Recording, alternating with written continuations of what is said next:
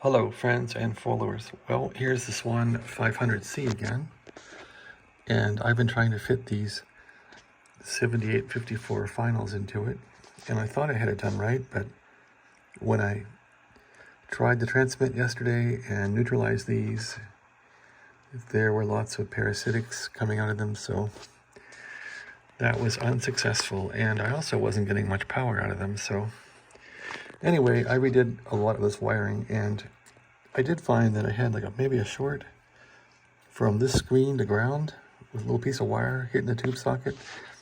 That could have been part of the reason for the low power yesterday. I couldn't get more than like say 50 watts out on 20 meters, but hard to say. So anyway, I sort of broke this thing fooling with it, and I moved some of the wires off the side that were there, and those were the cathode and what else, and the screens. So I just wired those up directly with some hack hanging connections, but that might be more efficient for less lead length. You don't want much lead length off these tubes if you can avoid it. You want to have bypass capacitors as short as possible to ground. So I'm still not sure if this grounding here is acceptable or not to this little case. Anyway, for this cathode return, I moved it from over here, and I put a capacitor and resistor in and going right to ground here, so that might work better for that. I took the RF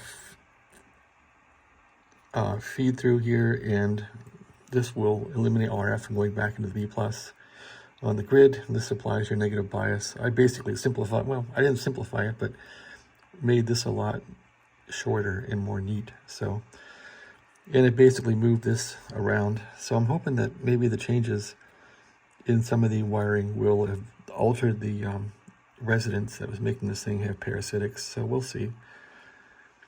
That's about it.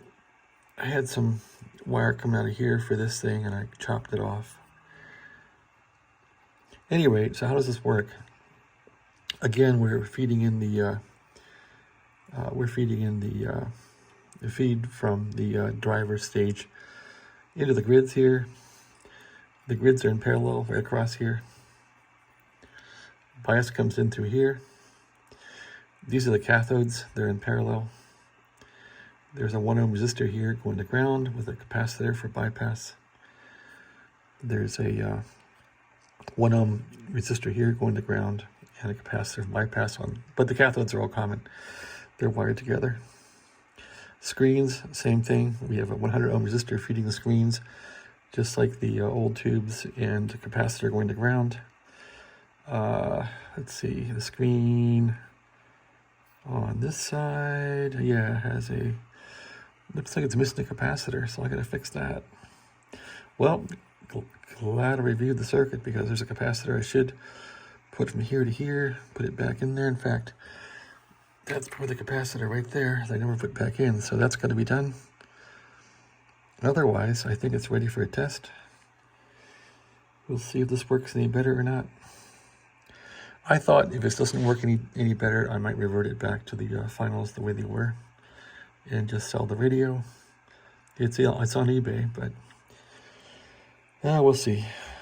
I should keep one of these eventually, but I kind of like to mess with them. Well, I did like to mess with these. I'm sort of running out of patience now with these, so I'm sort of at the end. Anyway, thanks for watching. Have a great day.